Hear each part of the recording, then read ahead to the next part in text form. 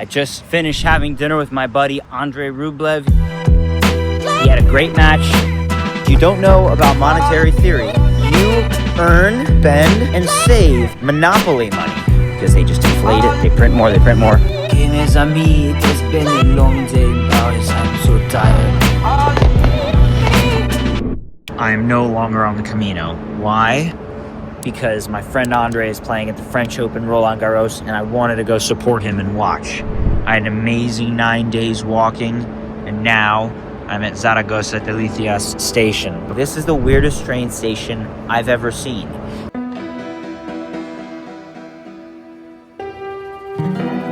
Rolling down to Paris Orly Airport to watch Andrei Rublev play at the French Open. This is going to be incredible. The match starts soon, so I'm on just about as tight time as you could possibly be on. I was up till 2:30 in the morning because I was packing up my stuff, moving from the backpack back to my main suitcase, and that took quite a bit of energy because it's always a thoughtful process of what do I not want to have anymore. It's sort of like a spiritual process. What am I leaving behind? What doesn't serve me? What have I been holding on to that I don't need anymore? You get the idea. It's the packing, the whole luggage thing has been quite the parallel of my actual life over these years. So anyway, here we go. Super, super stoked. And we are descending into probably the most special and beautiful city in the world.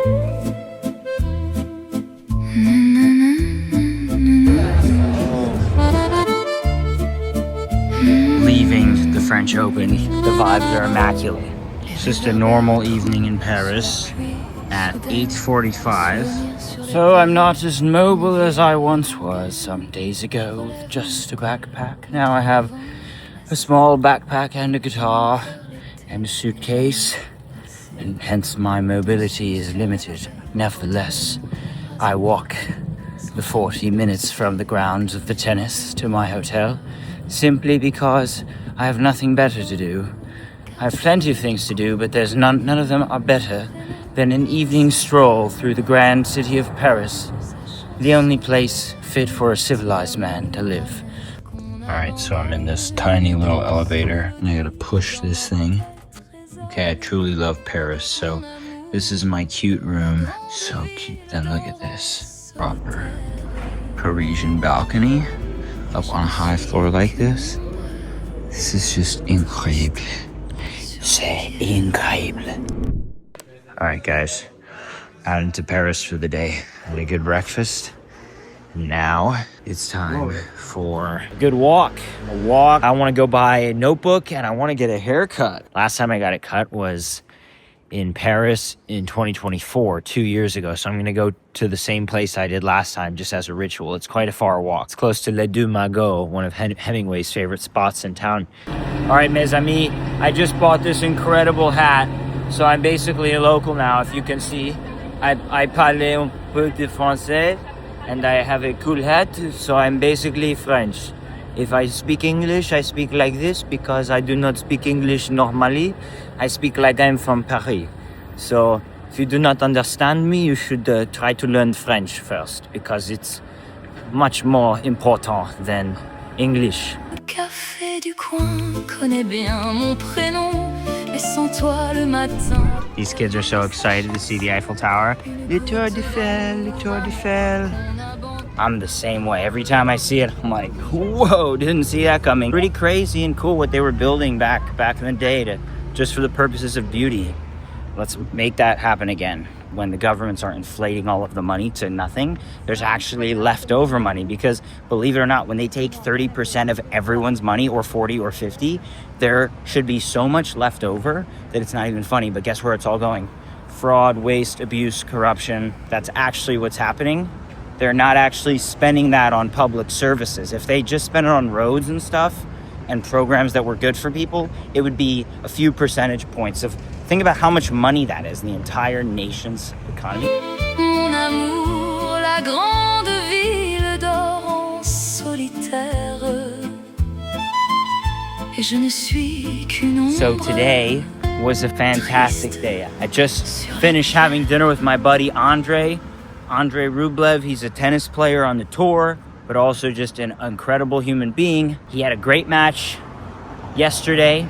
So anyway, it's been a great day. I mean, from the beginning, I had my meditation, got some sunlight, and then meditation, then some more sunlight. I filmed a couple short videos. I did a little work admin stuff. Picked up some notebooks. I needed a new notebook because I like to work out of a notebook and physically write things down. And you know, I find if I work in the digital realm, things get lost. It's just you could create endless text, and it takes up no space. And so, you know, you make notes and notes and notes, and it's just not as tangible. So I like writing the things down that I'm going to do in a day in my notebook. It feels amazing. I use Lexterm 1917. It's the best brand ever, better than Moleskine. I had some great calls with my team while I was out walking, crushing it, making good stuff happen. Product development, operations, finance, all the good stuff. Went for a nice long walk, ran into my father and my stepmother and spent some good time with them. Went shopping, this beautiful mall, or more just looking at interesting stuff. This beautiful place called Le Bon Marché. Here we go, we got fireworks. You need to see this tower, guys. I gotta get us over there. So, great day, and then I got some work done finally, posted up at a cafe, and once I lock in for hours. It's just how it goes. Street lights just came on. Wow. It is 10:06 and the street lights just came on.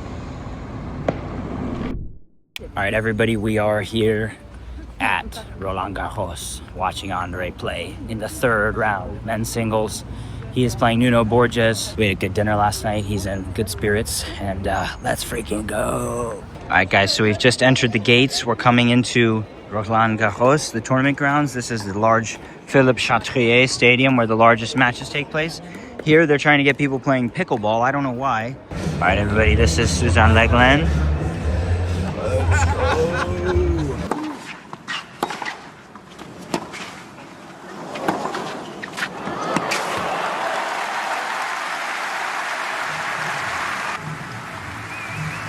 Okay, mes amis, it has been a long day in Paris. I'm so tired. I woke up, I had some meditation.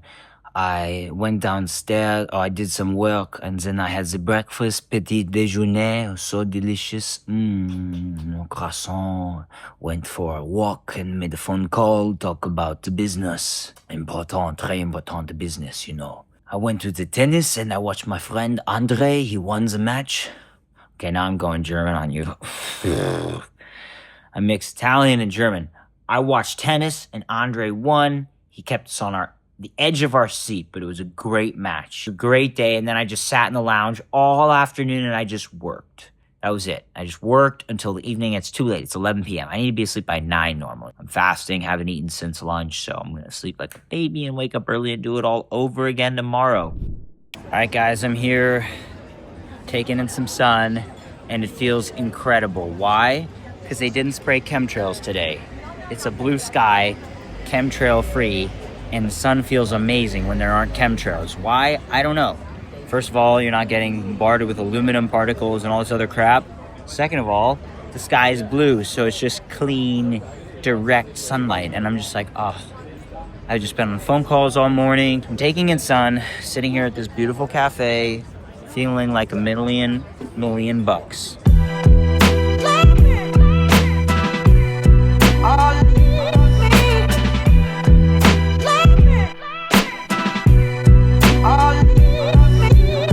You know when you order hot chocolate and they never give you enough whipped cream? Well, this is the first one to give you enough whipped cream, but this is a little bit too much. Okay, so we've reached Notre Dame after a nice long walk. I'm gonna go inside, and I'm gonna go to Mass. I'm not waiting in the tourist line. I'm here for worship.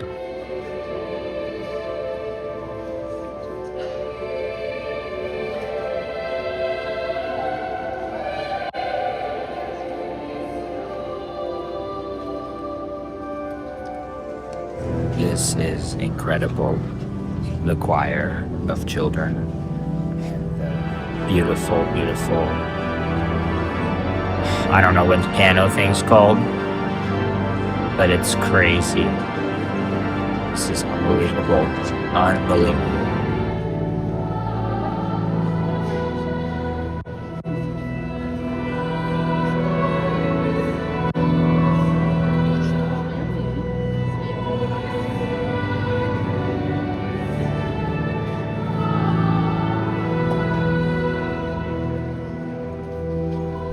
Okay, now could somebody remind me why we don't build cool stuff anymore? Like, what's the last time that somebody built something even remotely close to this?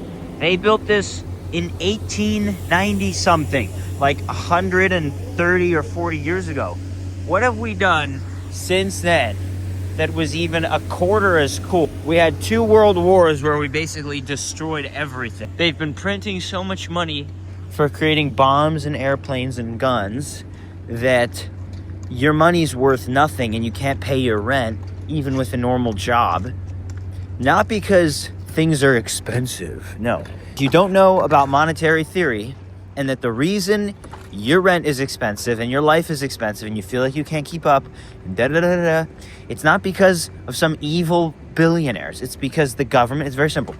You earn, spend, and save monopoly money that you believe in, which is issued by a government which doesn't care about you, which in addition to taking 20 or 30 or 40% from you every single year, right off the top, they also print, aka create in a computer system by pressing zeros. By doing that, they just devalue your money.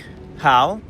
Because your money is worth nothing anyway. It only is worth whatever people believe it's worth. Paper money has really no intrinsic value. It's just what we assign to it. So what does that mean? When the government prints more and more and more and more and more, they create more and more and more and more and more. Where is that new value coming from? It's not. It's not. The answer is no. It's not coming from anywhere.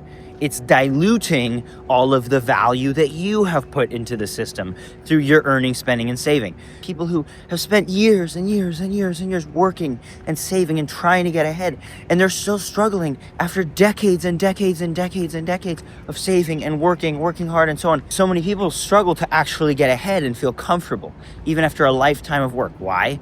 It's not because you didn't make enough money, in many cases. In some cases it is. It's not because the billionaires are evil and we should tax them more. It's not because companies and corporations are greedy and they just want to charge as much profit as they can for everything they sell. No, it's because the money, the paper, the zeros, the digits in a computer that you trust to store your life force energy can be made up and manipulated at will by a government that doesn't care about you. That's why. It's no other reason. That's why Bitcoin is the greatest thing ever, possibly the greatest technological innovation ever. Why? Because it's digital gold.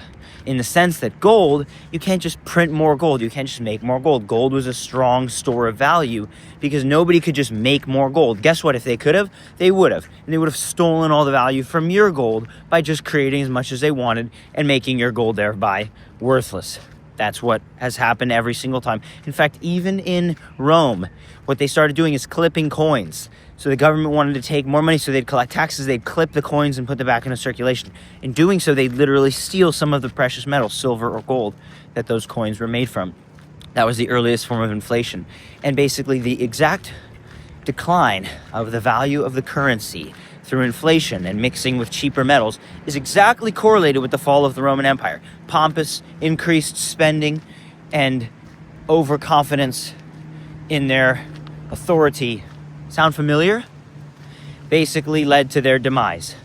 So that's a one-on-one on monetary theory here from the side of the River Seine this morning. What a cool day to accidentally be in Paris. Full moon, Paris, and they just won the Champions League. Fireworks are gonna go all night long. This is Trocadero, that's so cool.